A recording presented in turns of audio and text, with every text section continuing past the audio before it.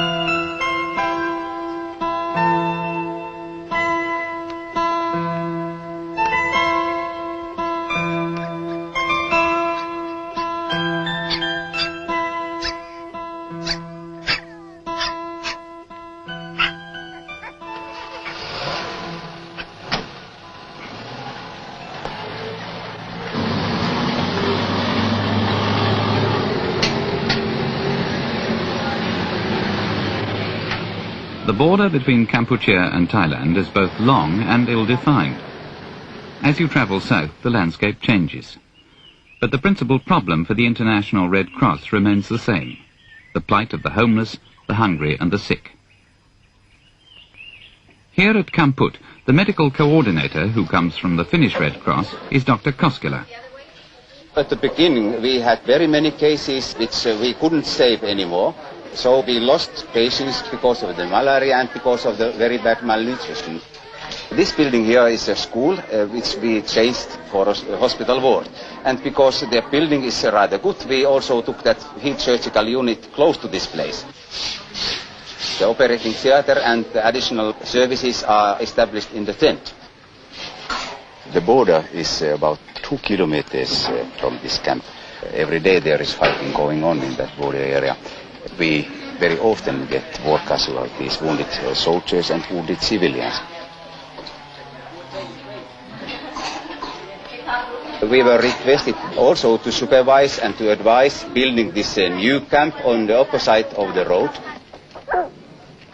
Altogether it was originally planned to have only 20,000 refugees, but since a few weeks we were told that in the future this camp will probably have 40, even 50 or 60,000 refugees.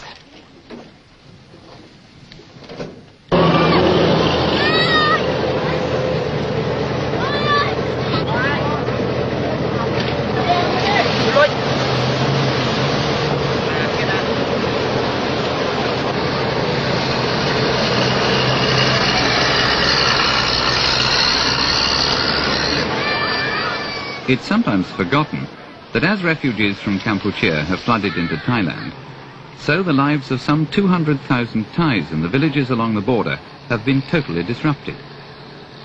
The relief program now provides basic assistance for them too.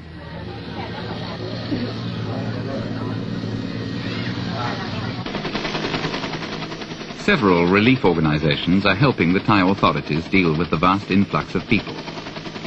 The United Nations High Commission for Refugees is responsible for the administration of this huge holding center at Khao Dang. The ICRC runs the medical program. The camp covers an area of 4 square kilometers on land which has been provided by the Thai government. Over 100,000 refugees are located within its boundaries, and one way and another, Khao Dang is rapidly becoming a large, well-organized town.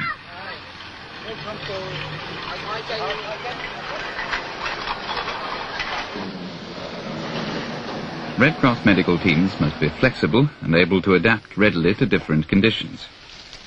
One team from the German Red Cross makes a daily safari to a border clearing where a small number of Khmers, mostly women, come for treatment. Dr. Holger Dietz. When we first had 2 teams coming here, we found about 300 sick people here with malaria. It was an epidemiological area for malaria. Nearly 90 to 100% of the people had periodical fever. They were very bad malnutrition. They had no provision of any kind for quite a while. And we had to start our work on very low measures like bringing in food, building up hospitals or wards to put the very sick patients. Vous demandez pourquoi elle vient me revoir. Alors, encore, allez. Non, đau. Donc, clone đau. Dạ, hay trên chùm 2 màu. Tam chùm 1 Une đau. béquinine transitoire. Đau khô lang, đau. Manifestation présentoir. They have now nurses looking for the patients in the night and slowly build up a system which they can pertain themselves.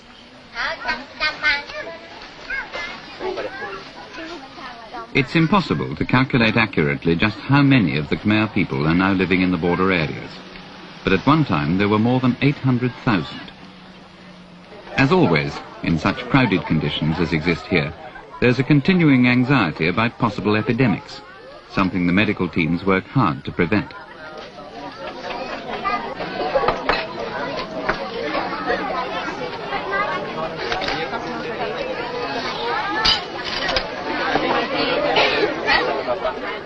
The provision of medical treatment and food supplies will remain the first priorities in helping the homeless people for a long time. The next one will come here, but it's special for this one. It's for the medicine, and the hospital is very close to the bridge, so it will be better to unload the medicine in near the temple. Huh? Okay. Almost all the food comes from the World Food Programme. Its distribution is organised by the ICRC and UNICEF. But the problems of arranging rice distributions on the border are never simple and are frequently hazardous. On one occasion, a convoy was attacked by armed raiders. At the same time, many refugees were killed or wounded, and ICRC hospitals in the camps were looted and burned. As a result, for a time, food distributions to some of the camps had to be suspended altogether.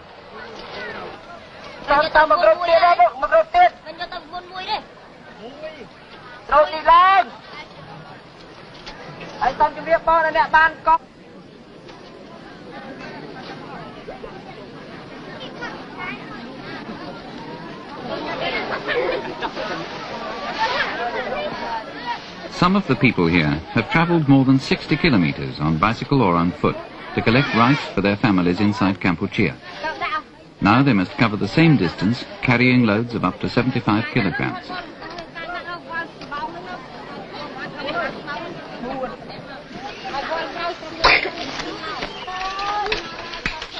It's one of the ironies of the situation on the border that these Khmers are able to make their way back to their country by the short route the relief agencies may not use. The only food and medical supplies reaching the Kampuchean capital on a regular basis arrive in Phnom Penh from Bangkok by air.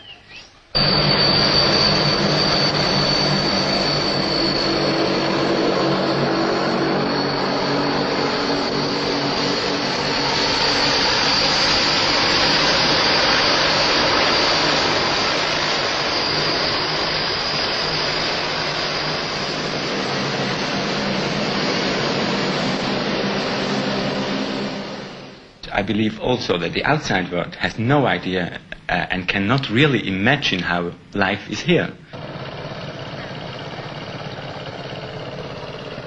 I've been in the port to get in our first relief ship, and the workers in the port, they had to learn how to put a string around the bags to lift them out of the boat and to unload it. We brought also some trucks, and they had to learn how to use these trucks. And they are very, very fast, the people, but they have to learn it, and that takes time. And this example is valuable for everything. And you know, after so many years of war and problems, they do not have anymore a lot of skilled people. You see, in the first beginning, we got very much the impression that the government is trying to install themselves as fast as possible. We do not have to judge the